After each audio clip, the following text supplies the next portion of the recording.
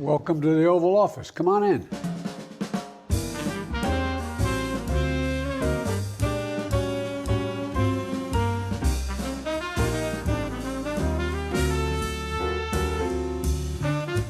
This is the White House.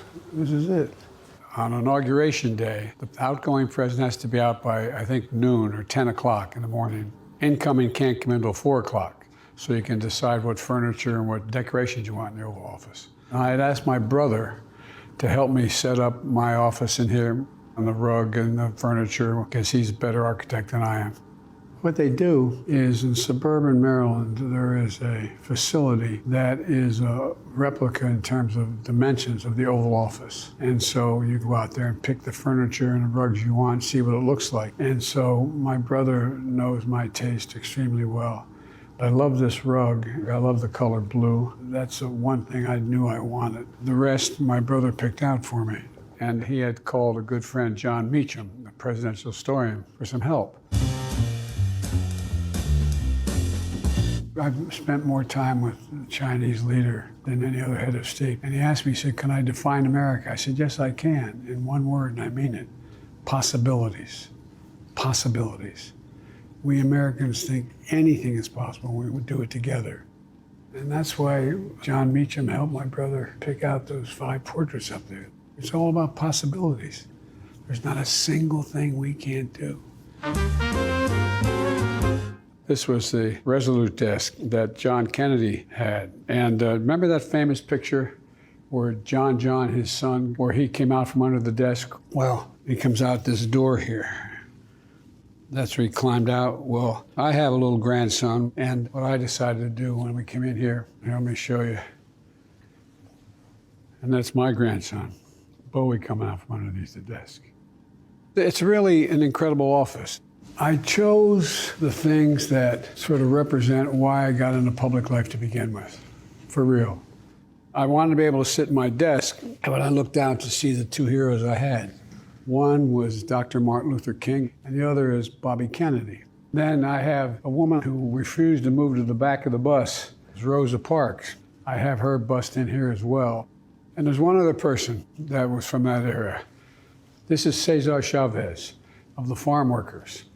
He was organizing farm workers in the southern part of my state at the time. And I supported him. I never met him, but I supported what he was doing. It cost me in southern Delaware, but I admired the hell out of him.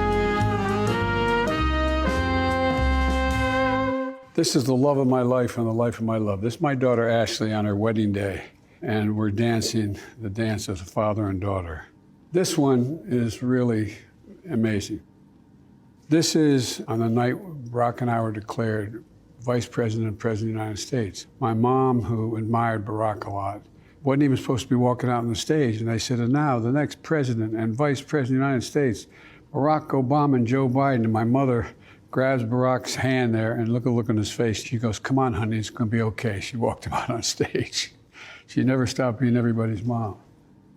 I have this rugby ball over here. This is the all-Irish rugby team. I have 2 cousins who were stars on that team, and they gave me this ball.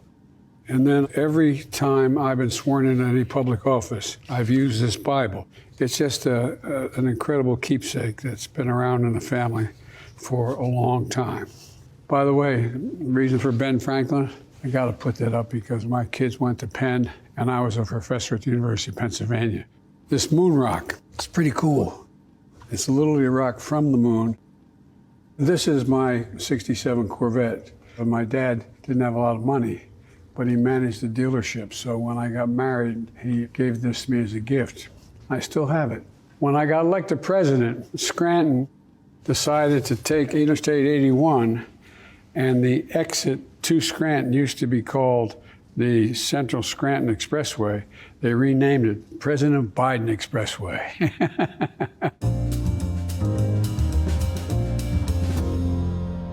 You know, there's a lot of other things in here that are of consequence to me, and I think of all the incredible things that have happened in this office over the last couple hundred years, and it really is just an incredible honor to be here.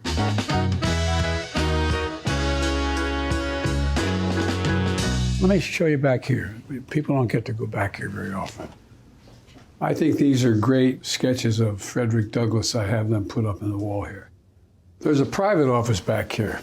This is where I come when I want to get away a little bit, to work on a speech. There's a great portrait of President Kennedy there. The Kennedys didn't like it because it made him look too contemplative. I think it's a great portrait of him.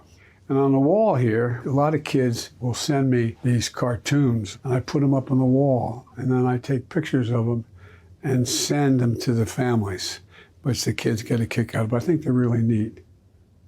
And this is the house I was raised in Scranton, Pennsylvania, on North Washington Avenue, which, by the way, the last 3 blocks at the end of North Washington Avenue, they call Biden Way now. They've renamed it.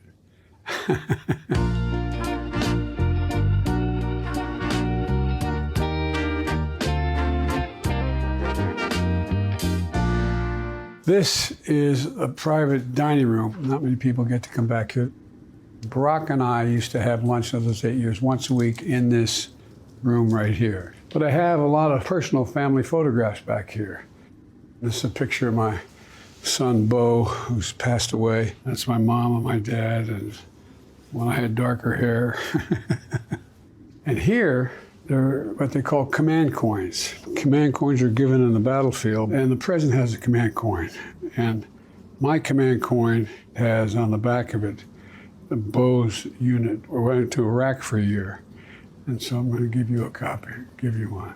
If in fact, next time I see you, you don't have it, you have to buy the drinks, but you're in luck. I'm the only Irish you've never met that's never had a drink in his life.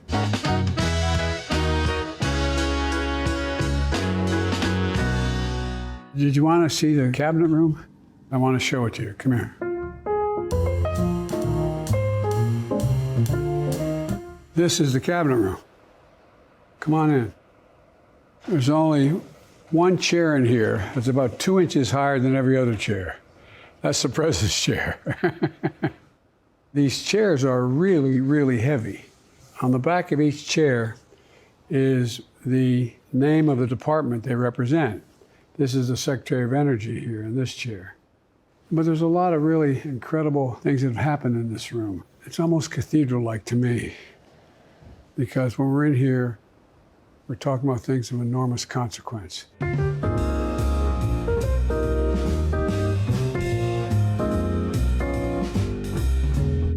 By the way, there's a tradition in my office. These chocolate chip cookies are all homemade. Thank you.